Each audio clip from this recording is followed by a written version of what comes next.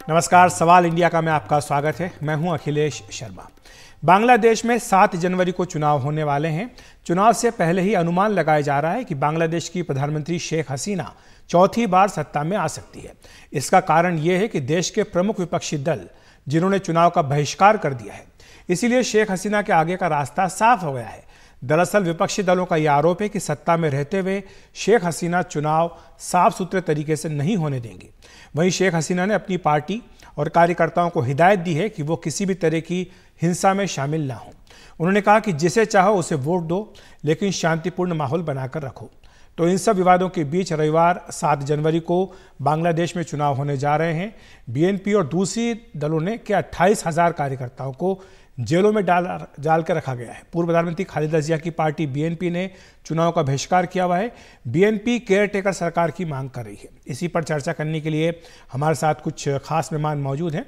वीणा सीकरी जी हैं, जो कि पूर्व उच्चायुक्त हैं बांग्लादेश में। साथ ही professor Sanjay Bhardwaj, chairperson CSAS। आप दोनों का बहुत बहुत स्वागत है NDTV इंडिया पर। वीणा जी, आपसे शुरुआत करूंगा। आपकी पहली टिप्पणी इस वक्त जो बांग्लादेश में माहौल है चुनाव को लेकर के, जहां पर सत्तारूढ़ दल एक तरफा लड़ाई लड़ रहा है, जो बाकी विपक्षी दल है वो सबको, उनके कार्यकर्ताओं को, नेताओं को अंदर कर दिया गया है, ऐसे में चुनाव हो रहा है। नहीं, देखा जाए तो ये चुनाव जो बांग्लादेश में हो रहे हैं ये सामान्य चुनाव है। 5 साल के बाद पार्लियामेंट्री डेमोक्रेसी में चुनाव होते हैं। और ये आपने से सही फरमाया, ये प्राइम मिनिस्टर शेख हसीना के लिए चौथी बार लगातार सत्ते में आने की उम्मीद है। पहले एक और बार भी वो प्रधानमंत्री बने थे 1996-2001 के बीच, तो वैसे कुल मिला के 5वीं बार होगा। इस बार जो मेन ऑपोजिशन पार्टीज हैं, बांग्लादेश नेशनलिस्ट पार्टी और जमाते इस्लामी, वो हिस्सा नहीं ले रही हैं अलग अलग कारण के लिए। जमाते इस्लामी का जो है वो उनके सर्वोच्च न्यायालय ने कहा है कि वो इलेक्शन में हिस्सा नहीं ले सकती, क्योंकि उनका एक different major difference of opinion on the constitution of the Jamaat-e Islami. उन्होंने कॉन्स्टिट्यूशन में बांग्लादेश कॉन्स्टिट्यूशन की सुप्रीमेसी को स्वीकार करने से इनकार कर दिया है, और सुप्रीम कोर्ट ने इसलिए इनको मना कर दिया है। जो दूसरी पार्टी है BNP, उन्होंने ये दावा लगाया है कि हम इसलिए हिस्सा भाग नहीं लेंगे क्योंकि हम चाहते हैं कि प्रधानमंत्री शेख हसीना अपने पद से उतर जाए, मतलब वो प्रधानमंत्री के पद से रेजिग्नेशन दे, केयरटेकर गवर्नमेंट होए और फिर इलेक्शंस हो। लेकिन ये भी एक उनके उनके तरफ से एक गलत दावा है, क्योंकि काफी साल पहले बांग्लादेश के सर्वोच्च न्यायालय ने ये निर्णय दिया था कि पार्लियामेंट्री डेमोक्रेसी के सिस्टम में केयरटेकर गवर्नमेंट का सिस्टम नहीं हो सकता, क्योंकि पार्लियामेंट्री डेमोक्रेसी में प्रधानमंत्री को इलेक्टेड ही होना है, और केयरटेकर सिस्टम में जब वो नॉन इलेक्टेड प्राइम मिनिस्टर 3 महीने के लिए रहते हैं, वो नहीं हो सकता। ये तो पहले से उनको पता है। फिर भी उन्होंने इलेक्शंस के ठीक पहले ये दावा दिया कि हम नहीं हिस्सा लेंगे। मेरे तरफ से ये ख्याल है कि ये गलत निर्णय था उनका। पार्लियामेंट्री डेमोक्रेसी में इलेक्शंस में हिस्सा लेना बहुत ही इम्पोर्टेंट है, अनिवार्य है, और इसी से डेमोक्रेसी की पद बढ़ती है। अब देखिए, आज की तारीख में BNP ने फिर एक और हड़ताल का ऐलान किया है कि कल सुबह से और परसों रात तक वो एक हड़ताल इसलिए करेंगे कि कोई भी अपने वोट देने को ना जाए। मतलब लोगों को अपने मत डालने से वो इनकार कर रहे हैं कि आप बाइकआउट करिए, आप अपना मत ना दें। अब ये भी पार्लियामेंट्री डेमोक्रेसी में गलत तरीका है, क्योंकि आप किसी और को मना नहीं कर सकते। अगर आप ना हिस्सा लेने चाहें वो आपकी मर्जी है, ये आपने निर्णय लिया, लेकिन आप आम जनता को भी इसमें ले आए और उनको कहें कि आप इलेक्शन में हिस्सा ना लें, ये तो गलत बात है। तो डर लग रहा है कि शायद वायलेंस बढ़ जाए और ऐसी कुछ चीजें हो। प्रधानमंत्री शेख हसीना की सरकार ने कहा है कि वो इसके स्टेप्स ले रहे हैं ताकि वो वोटर जो है ग्रुप्स में जाएं और अलग अलग कोई ना जाए, ताकि कोई भी किसी तरह की वायलेंस और इंटिमिडेशन ना हो। उम्मीद है कि इलेक्शंस ठीक ठाक चलेंगे, और कई अन्य दल इसमें भाग ले रहे हैं। जातीय पार्टी भाग ले रही है, छोटे छोटे कुछ 20-25 दल भी इसमें भाग ले रहे हैं। तो और अवामी लीग के भी कैंडिडेट्स ऐसे हैं जो नॉमिनेटेड कैंडिडेट हैं, और दूसरे कैंडिडेट्स भी हैं अवामी लीग से ही। तो असल में ये काफी सीटों में अवामी लीग वर्सेस अवामी लीग हो रहा है। इससे उम्मीद ये होती है कि वोटर टर्नआउट को अच्छे परसेंटेज में आना चाहिए। ये बहुत जरूरी है, क्योंकि इससे लोगों प्रोफेसर को जी, होगा प्रोफेसर कि भारद्वाज को लाना चाहूँगा। वीणा जी हमारे साथ जुड़े हुए हैं। प्रोफेसर, जो बात वीणा जी कह रहे हैं कि अवामी लीग के ही जो कुछ ऐसे लोग हैं जो अलग हो गए हैं वो ही चुनाव लड़ रहे हैं, तो ऐसे में ये जो पूरा चुनाव हो रहा है कि जहाँ पर एक तरफ समूचा विपक्ष अंदर है, हजारों कार्यकर्ताओं को जेल में डाल दिया गया है, वहाँ पर दूसरी तरफ सत्तारूढ़ पार्टी के ही कुछ लोग अपनी पार्टी के लोगों के खिलाफ चुनाव लड़ रहे हैं, तो ऐसे में इस चुनाव को क्या कहा जाएगा? देखिए, एम्बेसडर सीकरी ने कई बातें बता बता चुकी हैं, लेकिन इसमें जो सबसे बड़ा जो चैलेंज है आज के दिन रूलिंग पार्टी के सामने, कि कैसे इस चुनाव को फ्री, फेयर, मीनिंगफुल और पार्टिसिपेटरी इलेक्शंस बनाया जाए।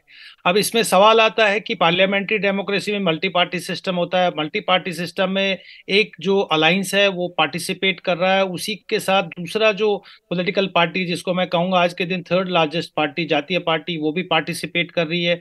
तो कुल मिला के आप ये देखिए कि लगभग 27 राजनीतिक दल इस चुनाव में पार्टिसिपेट कर रहे हैं, 17 राजनीतिक दल इसको बॉयकॉट कर रहे हैं, और आप देखिए कि लगभग 1800 कैंडिडेट्स इस चुनाव में पार्टिसिपेट कर रहे हैं।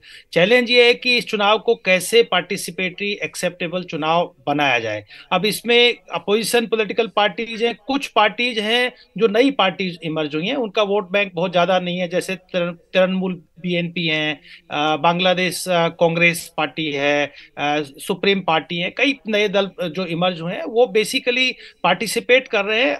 देखिए, बांग्लादेश की जनता को अगर पार्टिसिपेटरी इलेक्शंस बनाना है और अपना वोट कास्ट करना है तो उनके पास अभी अल्टरनेट है। इसमें एक और बड़ी बात होगी कि जो अवामी लीग ने अपने कैंडिडेट को लगभग 256 सीट्स पर अवामी लीग ने अपने कैंडिडेट्स को खड़ा किया है, और हर कॉन्स्टिट्यूएंसी में 2 या 4 कैंडिडेट्स होते हैं जो चुनाव लड़ना चाहते हैं। तो अवामी लीग ने एक ओपन रखा है कि अगर आप कोई इंडिपेंडेंट चुनाव लड़के और अगर पार्लियामेंट में आते हैं तो उसका भी स्वागत होगा। यानी कि एक तरीके से विद इन अवामी लीग जो अपोजिशन है क्रिएट कर दिया गया, और अगर ऐसा बड़ा तबका एक तैयार हो जाता है जो एक इंडिपेंडेंट कैंडिडेट्स के रूप में बड़ा अगर एक तबका हो जाता है, तो निश्चित रूप से आप मान के चलिए कि जनता को एक चॉइस रहेगी, अवामी लीग रूलिंग पार्टी, और जो अभी डिसिडेंट हैं, जो पार्टी के चुनाव चिन्ह पे नहीं लड़ रहे लेकिन चुनाव लड़ रहे हैं, उनको भी आप वोट कर सकते हैं। और जो बाकी जो पॉलिटिकल पार्टीज हैं, अब इसको हम कह भी सकते हैं कि किंग्स पार्टी है, लेकिन निश्चित रूप से आपके पास चॉइस तो बरकरार है। बात दूसरी रही कि जो बीएनपी की जहां बात है, देखिए अगर आप सिविल सोसाइटी को देखते हैं या एकेडमिशियंस को, लॉयर्स को देखते हैं या जर्नलिस्ट को भी देखते हैं, तो इस बात से बहुत डिसअपॉइंटेड है कि बीएनपी चुनाव पार्टिसिपेट नहीं करी। अगर आप चुनाव में पार्टिसिपेट नहीं करेंगे तो आप डेमोक्रेटिक क्रेडेंशियल्स में कहां विश्वास करते हैं? आप खुद ही पार्टिसिपेट नहीं कर। कि केयर टेकर सरकार होनी चाहिए, जैसे कि पहले भी एक जी, बार जी, बनी है और उसी में चुनाव हुए थे। जी, मैं उसी पॉइंट पे आ रहा हूं। तो सवाल क्या है कि बीएनपी के पास कोई बहुत बड़ा मुद्दा नहीं है। पहली बात तो कि पार्टिसिपेट नहीं कर रही, और सिर्फ एक ही बात पे वो अड़ी हुई है कि शेख हसीना प्राइम मिनिस्टर पद से इस्तीफा दे और एक न्यूट्रल केयरटेकर गवर्नमेंट, जो कि कॉन्स्टिट्यूशनली वाइबल नहीं है।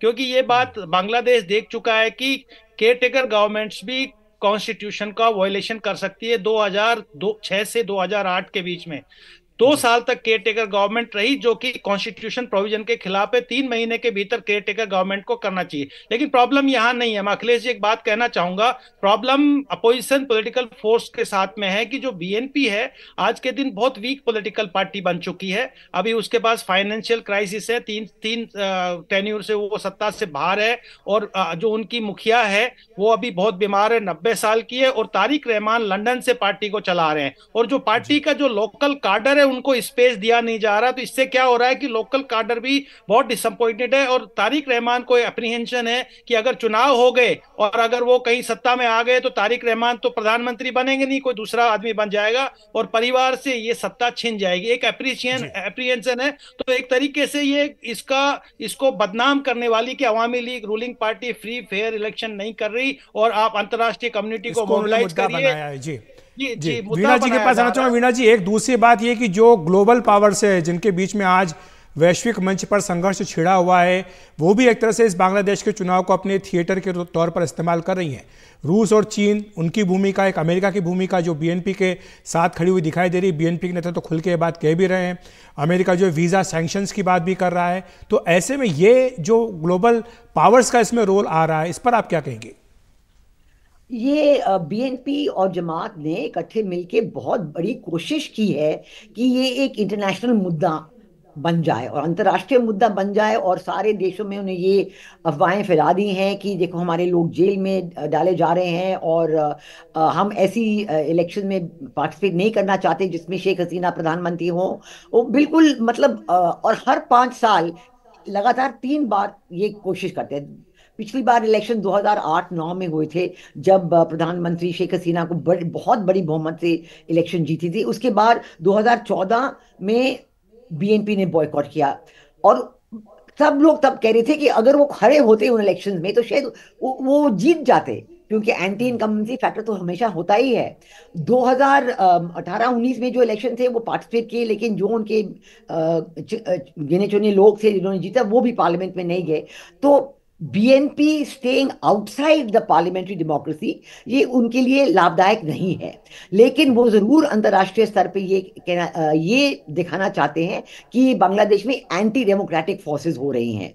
तो इस लिहाज से अमेरिका ने कुछ सैंक्शंस लगा भी चुके हैं, जो बल्कि अनयूजुअल है, क्योंकि इलेक्शन से पहले उन्होंने बहुत कम ही बिल्कुल। ऐसे सैंक्शन लगाए हैं। और लेकिन इलेक्शन के दौरान उन्होंने कुछ ज्यादा किया नहीं है उसके खिलाफ। वो कह रहे हैं कि हम देखेंगे कि इलेक्शंस कैसे होते हैं। जी। तो मेरा ख्याल है कि जो भी इंटरनेशनल लेवल पे कोशिश की है बीएनपी जमात ने, उस वो एक तरफ रहा। हम देखते हैं 7 तारीख को क्या होता है, कैसे इलेक्शंस होते हैं, किसकी जीत होती है, वोटिंग बिल्कुल, परसेंटेज ये कितना काफ़ी होता कुछ है, इस पर निर्भर पीसफुल करेगा। इलेक्शंस है कि जाते नहीं। जाते प्रोफेसर भारद्वाज, संक्षेप में आपसे जानना चाहूँगा कि भारत की दृष्टि से अगर देखा जाए तो क्या मुनासिब होगा, क्या हमें ज़्यादा सूट करता है?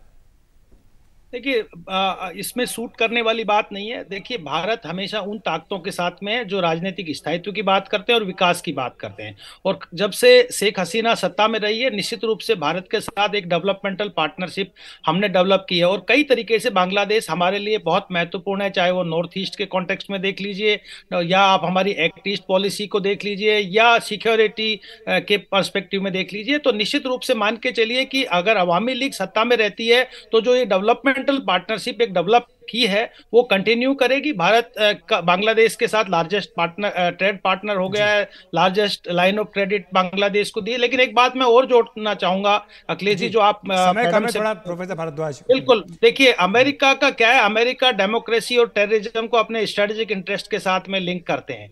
तो उनके लिए पाकिस्तान डेमोक्रेटिक हो सकता है और बांग्लादेश नहीं भी हो सकता है, तो उनके अपने मायने हैं, अपने क्राइटेरिया है। तो निश्चित रूप से उनके अपने स्ट्रेटेजिक इंटरेस्ट बांग्लादेश में, अगर बांग्लादेश उनके स्ट्रेटेजिक इंटरेस्ट को मीट करता है तो अमेरिका उसको रिकॉग्नाइज करेगा, और ये सरकार जो अवामी लीग आएगी निश्चित जी। रूप से 5 साल बहुत अच्छे से बखूबी पूरा करेगी। और जो जी। डेवलपमेंटल पार्टनरशिप है, जो सिक्योरिटी है, वो इस क्षेत्र की जो पीस और डेवलपमेंट की वो बनी रहेगी। जी, शुक्रिया आपका इस तमाम जानकारी के लिए और चर्चा के लिए। प्रोफेसर भारद्वाज और वीणा सिकरी जी, आपका भी बहुत बहुत धन्यवाद हमारे साथ जुड़ने के लिए। तो काफ़ी कुछ निर्भर करेगा कि चुनाव जो है वो क्या होते हैं और किस तरह से चुनाव परिणाम आता है। बात करते हैं अरब सागर की, जहां पर सोमालिया के तट के पास एक और कार्गो जहाज़ के अपहरण की कोशिश हुई है। इस कार्गो जहाज़ के चालक दल में 15 भारतीय भी हैं। 5 से 6 अज्ञात हथियारबंद लोग जहाज़ पर चढ़ गए हैं और जहाज़ में ने मुश्किल में होने का सिग्नल भी भेजा है। नौसेना ने मदद के लिए अपने युद्धपोत आईएनएस चेन्नई को भेज दिया है। आईएनएस चेन्नई पर मौजूद एक विमान ने मालवाहक जहाज़ के ऊपर से उड़ान भी भरी है।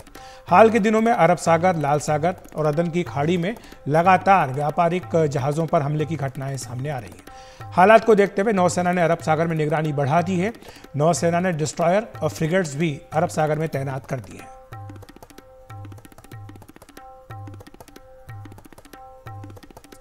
और हमारी सहयोगी कादम्बनी शर्मा इस बारे में अधिक जानकारी दे रही है। अरब सागर में एक और जहाज को हाईजैक करने की खबर आ रही है। इसमें 15 भारतीय क्रू मेंबर भी हैं और भारत का युद्धपोत जो है आईएनएस चेन्नई इस वक्त स्थिति से निपटने के लिए उस जहाज की तरफ बढ़ रहा है। क्या है ये पूरा मामला, वो आपको हम बताते हैं। असल में 4 जनवरी की शाम को एक डिस्ट्रेस कॉल इस जहाज से, जो कि लाइबेरिया के फ्लैग के तहत चल रहा एक मालवाहक जहाज है, उसका डिस्ट्रेस कॉल यूके एमटीओ यानी कि यूके यूके की मैरीटाइम ट्रेड ऑर्गेनाइजेशन के पास उसका डिस्ट्रेस कॉल आया। खबर ये आई कि कम से कम 5 से 6 हथियारबंद लोग जो हैं इस शिप के ऊपर चढ़ गए हैं और ये एक हाईजैक अटेम्प्ट है। जैसे ही भारतीय नौसेना को इस बात की खबर मिली, जब यूके एमटीओ ने उसको ये जानकारी दी, फौरन उस वक्त उसने रिस्पॉन्ड किया और एक ऑपरेशन लॉन्च किया। जो एक एयरक्राफ्ट था आईएनएस चेन्नई का, वो इस मालवाहक जहाज़ के ऊपर से उड़ा, ये तय करने के लिए कि क्या उसके अंदर जो क्रू है वो क्या सुरक्षित है या नहीं है। तो ये तय करने के बाद उसके बाद इस शिप के मूवमेंट को लगातार मॉनिटर किया जा रहा है। एयरक्राफ्ट से भी मॉनिटर किया जा रहा है, नेवल एयरक्राफ्ट जो है उसके ज़रिए मॉनिटर किया जा रहा है। अभी ये जानकारी आ रही है कि ये जो शिप है वो सोमालिया के तट की तरफ बढ़ रहा है। उसके बाद इस खबर के आने के बाद ये खबर भी आई कि भारतीय नौसेना का युद्धपोत आईएनएस चेन्नई, जो कि उन 4 जहाज़ों में से एक है जो इस इलाके पर नज़र रख रहे हैं जब से हुती विद्रोहियों ने अटैक्स जो हैं मालवाहक जहाज़ों पर शुरू किया है, तब से इन भारतीय नौसेना के युद्धपोतों की संख्या वहाँ पर बढ़ा दी गई है। वो लगातार मॉनिटर कर रहे हैं। तो अब ये जानकारी आ रही है कि आईएनएस चेन्नई जो है वो इस मालवाहक जहाज़ की तरफ बढ़ रहा है ताकि उसको हाईजैक करके सोमालिया ना ले जाया जा सके। ये काफ़ी वक्त से चल रहा था, लेकिन बीच में कुछ वक्त तक सोमालिया के जो समुद्री लुटेरे हैं उन पर लगाम लगी थी, क्योंकि कई देशों के कोलिशन जो हैं उनको लगातार उनको काउंटर कर रहे थे। लेकिन एक बार फिर से जब से गाज़ा और हमास और इजराइल के बीच युद्ध शुरू हुआ है और हूती विद्रोहियों ने जिस तरह से हमले करना शुरू किया है मालवाहक जहाज़ों पर लाल सागर में, अरब सागर में, उसके बाद एक बार फिर से ये देखने को आ रहा है। तो अभी ये साफ नहीं है कि क्या ये हूती विद्रोही हैं या फिर ये सोमालियाई समुद्री लुटेरे हैं, लेकिन लग यही रहा है कि ये सोमालियाई समुद्री लुटेरे हैं, क्योंकि उस तरफ ये जहाज़ को ले जाया जा रहा है। लेकिन ये एक लाइव सिचुएशन है जहां पर इस जहाज़ के हाईजैक होने को रोकने के लिए भारतीय युद्धपोत जो है वो उसकी तरफ बढ़ रहा है। दिल्ली से कादम्बिनी शर्मा, एनडीटीवी इंडिया।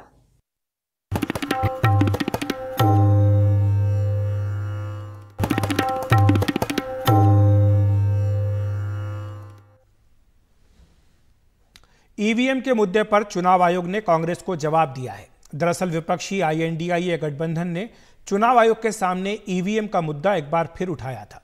कांग्रेस के वरिष्ठ नेता जयराम रमेश ने विपक्षी दलों की ओर से मुख्य चुनाव आयुक्त को चिट्ठी लिखकर ईवीएम और वीवीपैट पर स्पष्टीकरण के लिए आईएनडीआईए प्रतिनिधिमंडल से मिलने के लिए समय मांगा था।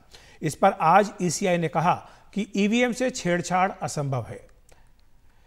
चुनाव आयोग ने आगे लिखा है कि ईवीएम इलेक्ट्रॉनिक मशीनें हैं, दूसरी मशीनों की ही तरह इनमें भी खराबी की आशंका रहती है। खराब मशीनें सुधारने के लिए कारखानों में भेजी जाती हैं। छेड़छाड़ करके किसी विशेष उम्मीदवार के पक्ष में वोटिंग संभव नहीं है। ईवीएम की डिजाइन में ही कई सुरक्षा उपाय, विफलता और छेड़छाड़ शब्दों की गलत व्याख्या की जा रही है। इसे एक चिंता के रूप में पेश किया जा रहा है। किसको वोट डाला, इसकी पुष्टि वीवीपैट से होती है। और हमारे सहयोगी हिमांशु शेखर हमारे साथ जुड़ रहे हैं इस खबर पर अधिक बातचीत करने के लिए। हिमांशु, क्या जानकारी मिल पाई है इसके बाद? क्या कांग्रेस का भी कोई रिएक्शन आया है जब चुनाव आयोग की ओर से यह स्पष्ट कर दिया गया है कि ईवीएम में छेड़छाड़ संभव नहीं है? देखिए, कांग्रेस की तरफ से अभी औपचारिक प्रतिक्रिया का इंतजार है, लेकिन ये महत्वपूर्ण है। 3-4 अहम बातें चुनाव आयोग की तरफ से जो प्रिंसिपल सेक्रेटरी हैं प्रमोद शर्मा, उन्होंने लिखी है जयराम रमेश को, जो जवाब भेजा है उसमें उन्होंने कहा है कि आपकी तरफ से जो सवाल रखे गए थे चुनाव आयोग के सामने, उसमें कोई नई बात नहीं है। इसमें कोई नया असर्शन या कोई एक नया रीजनेबल लेजिटिमेट डाउट जो आपने जारी एक्सप्रेस किया हो, ऐसा कोई बात आपके मेमोरेंडम में हमें नहीं दिखाई दी है और इसलिए इस पर अलग से कोई स्पष्टीकरण देने की जरूरत नहीं है। इसमें यह भी कहा गया है कि कम से कम 3-4 बार कुछ राजनीतिक दलों की तरफ से लगातार ईवीएम पर जो सवाल उठाए गए थे उस पर चुनाव आयोग लिखित तौर पर उन्हें स्पष्टीकरण जारी कर चुका है। इसमें यह भी कहा गया है कि ईवीएम सेफ हैं और जो फ्रीक्वेंटली आंसर्ड क्वेश्चंस हैं उसमें ईवीएम्स के फंक्शनिंग को लेकर जो कुछ भी सवाल हैं उसको अपडेट किया गया है और वेबसाइट पर वो सारी जानकारी देश के सभी नागरिकों के लिए उपलब्ध है। साथ में ये भी कहा है कि जो वीवीपैट स्लिप को लेकर जो एक आवेदन था इंडिया अलायंस पार्टियों की तरफ से कि वीवीपैट स्लिप्स जो हैं उनकी 100% मैचिंग होनी चाहिए, तो इसके जवाब में ये कहा है चुनाव आयोग ने कि 2013 में जब वीवीपैट स्लिप के इस्तेमाल को लेकर रूल्स बनाए गए थे उस वक्त यूपीए की सरकार थी और उनके शासनकाल के दौरान ही वीवीपैट स्लिप के इस्तेमाल के लिए नियमों को बनाया गया था। और सबसे अहम बात मुझे लगता है इसमें चुनाव आयोग ने कहा है कि ये कहने की जरूरत नहीं है, हमने कई बार ये बात कही है कांग्रेस पार्टी से भी, दूसरे राजनीतिक दलों से भी, कि ईवीएम के रखरखाव में उनके मूवमेंट, स्टोरेज से लेकर काउंटिंग तक जो पॉलिटिकल पार्टीज हैं, जो कैंडिडेट्स हैं, उनके प्रतिनिधियों को पूरी तरह से उसमें ट्रांसपेरेंट तरीके से उनको इसमें शामिल किया जाता है, इस पूरी प्रक्रिया में, रखरखाव से लेकर उनके मूवमेंट और काउंटिंग की प्रक्रिया तक। तो इसलिए अभी मौजूदा व्यवस्था जो है वो कारगर है, उसमें किसी तरह के बदलाव की जरूरत नहीं है। और इंडिया अलायंस की तरफ से जो आवेदन किया गया था कि एक प्रतिनिधिमंडल आकर कुछ बातें उनके सामने रखना चाहता है, तो उन्होंने ऐसी कोई विशेष वजह या कोई नई वजह नहीं बताई है, कोई नया संदेह उनके मेमोरेंडम में चुनाव आयोग को नहीं दिखता है और इसलिए इसको उन्होंने फिलहाल एक्सेप्ट नहीं किया है। अखिलेश जी, शुक्रिया आपका हिमांशु इस तमाम जानकारी के लिए। बात करते हैं महाराष्ट्र की, जहां पुणे में प्रवर्तन निदेशालय ने बड़ी छापेमारी की है। केंद्रीय जांच एजेंसी ने बारामती एग्रो से जुड़े 6 ठिकानों पर छापेमारी की है। ये छापेमारी पुणे, अमरावती और छत्रपति संभाजी नगर में की गई। ये कंपनी शरद पवार के पोते रोहित पवार से जुड़ी हुई है। ये कार्रवाई महाराष्ट्र स्टेट कोऑपरेटिव बैंक घोटाले मामले में हुई है, जिसमें 5,000 करोड़ के घोटाले का आरोप है। बारामती एग्रो ने बड़े पैमाने पर बैंक से लोन लिया था।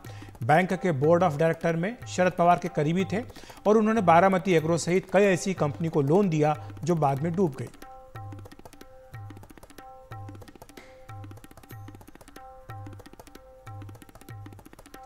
और ईडी की आज की कार्रवाई पर रोहित पवार ने ट्वीट किया है। उन्होंने लिखा है कि ये स्वाभिमानी महाराष्ट्र की प्रगतिशील सोच का चेहरा है, जिन्होंने पीढ़ियों तक महाराष्ट्र धर्म को संरक्षित और पोषित किया है। महाराष्ट्र की भूमि का भी संघर्ष का एक लंबा इतिहास है, क्योंकि इन महान विभूतियों ने हमें अन्याय के खिलाफ संघर्ष करना भी सिखाया है। इसलिए एक मराठा व्यक्ति के रूप में सभी को महाराष्ट्रीयन धर्म की रक्षा और संरक्षण के लिए तैयार रहना होगा। और हमारे सहयोगी रौनक हमारे साथ जुड़ रहे हैं इस खबर पर अधिक बातचीत करने के लिए। रौनक, ये जो पूरा मामला है कब का है और इसमें ईडी ने इससे क्या पहले भी कोई कार्रवाई की है? जी देखिए अखिलेश जी, ये साल 2019 का मामला है। साल 2019 में मुंबई पुलिस की आर्थिक अपराध शाखा ने एक मामला दर्ज कराया था।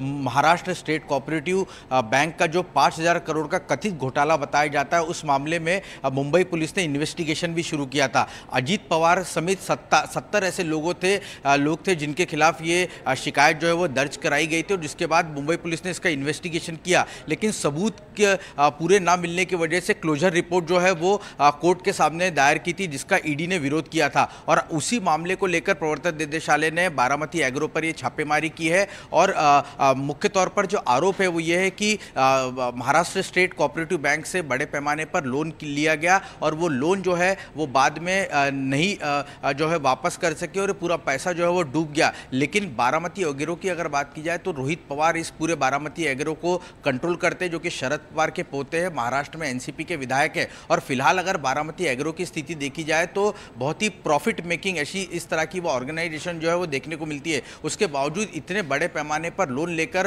वो न चुकाना, ये कहीं ना कहीं संदेह के घेरे में, और इसी सिलसिले में ये छापेमारी चल रही है। लेकिन छापेमारी के बाद राजनीतिक रंग भी ये यहाँ पर महाराष्ट्र की राजनीति में लेता हुआ पूरा मामला दिख रहा है। विपक्ष लगातार आरोप लगा रहा है कि जो इंडिया ब्लॉक के नेता है और जो बीजेपी के खिलाफ मुकर है, ऐसे लोगों को टारगेट करने की कोशिश प्रधानमंत्री मोदी और उनकी जो सरकार है वो कहीं ना कहीं जांच एजेंसियों के जरिए करती हुई दिखाई दे रही है। जी शुक्रिया आपका रौनक इस तमाम जानकारी के लिए।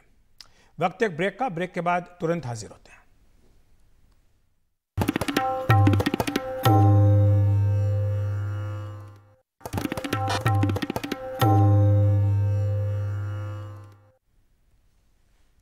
पश्चिम बंगाल के 24 परगना जिले में ईडी की टीम पर हमला हुआ है। ईडी के अधिकारियों और उनके वाहनों पर हमला उस वक्त हुआ जब वे राज्य में करोड़ों के राशन घोटाले के सिलसिले में छापेमारी के लिए गए थे। ये छापेमारी तृणमूल कांग्रेस के एक नेता के घर होनी थी। इस हमले में ईडी के अधिकारी घायल भी हो गए। इस हमले के बाद बीजेपी ने ममता सरकार की आलोचना की है। शुभेंदु अधिकारी ने कहा कि इस हमले पर गृह मंत्री और पश्चिम बंगाल के राज्यपाल संज्ञान ने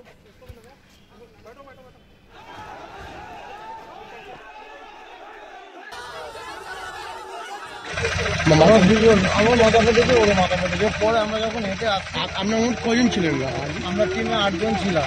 8 জন আছে বাসে আসছে। আর বাকি কারা ওখানে আছে না বেরিয়ে এসছে? কোনো যোগাযোগ নেই, কোনো যোগাযোগই নেই। আপনার কি ईडी ऑफिसर? इस मामले में बीजेपी नेता शुभेंदु अधिकारी ने सोशल मीडिया प्लेटफॉर्म एक्स पर लिखा है कि भयावह, पश्चिम बंगाल में कानून व्यवस्था की स्थिति जर्जर है। संदेश खाली में ईडी अधिकारियों और सीआरपीएफ जवानों पर बेरहमी से हमला किया गया। उत्तरी 24 परगना जिले में टीएमसी नेता शेख शाहजहां के घर पर छापेमारी के लिए ये लोग गए थे। मुझे संदेह है कि देश विरोधी हमलावरों में रोहिंग्या भी मौजूद हैं। मैं माननीय केंद्रीय मंत्री अमित शाह और पश्चिम बंगाल के राज्यपाल, सीआरपीएफ के डायरेक्टर से आग्रह करता हूं कि वे इस गंभीर स्थिति पर संज्ञान लें और इस अराजकता को कुचलने के लिए उचित कदम उठाएं। इस मामले में एनआईए को जांच करनी चाहिए।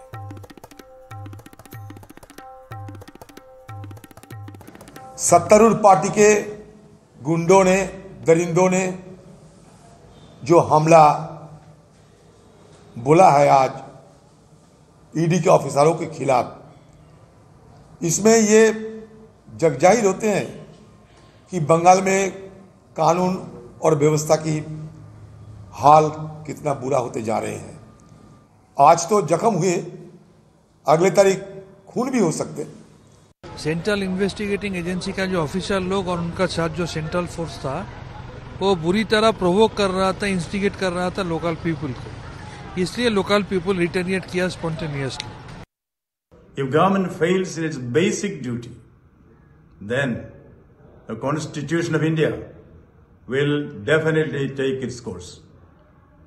As governor, I reserve all my constitutional options for appropriate action at the appropriate moment. Flexing muscles and parading paper tigers will not work with the people of Bengal. Jungle Raj and Gundagiri will work in a fool's paradise. Bengal is not a banana republic.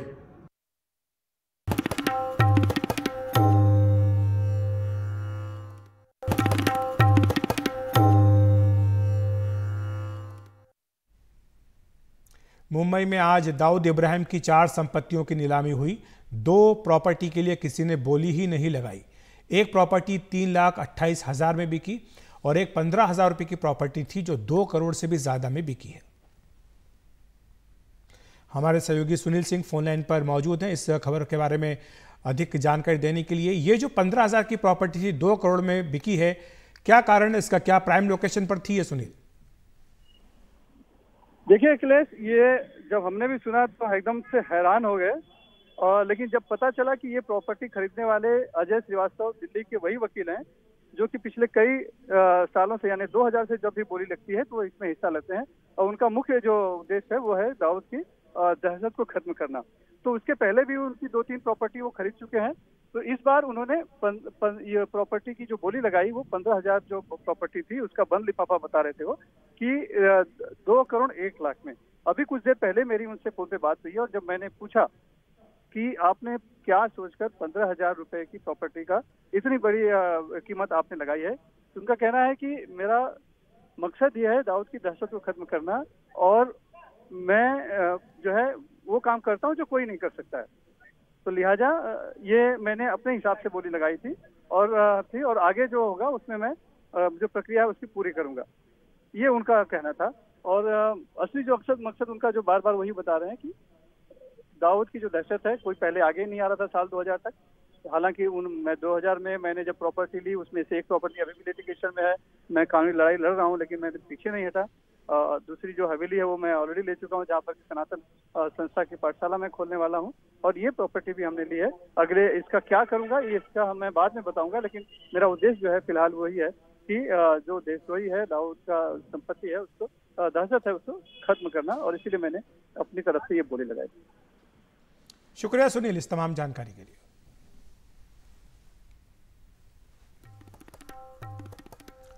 और पुणे में सरकारी अस्पताल के एक कार्यक्रम में BJP विधायक सुनील कामले ने एक अधिकारी को थप्पड़ मार दिया। निमंत्रण पत्र पर नाम न छापे जाने के चलते विधायक ने थप्पड़ मारा। इस कार्यक्रम में उप मुख्यमंत्री अजीत पवार भी मौजूद थे।